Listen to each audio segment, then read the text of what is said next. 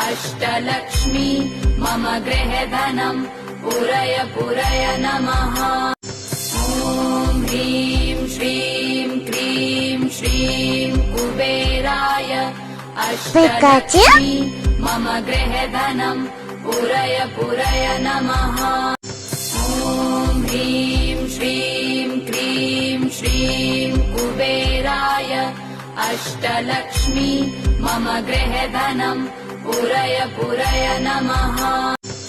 ॐ ह्रीं श्रीं क्रीं श्रीं कुबेराय अष्टलक्ष्मी मम गृहे धनम् पुरय पुरय नमः।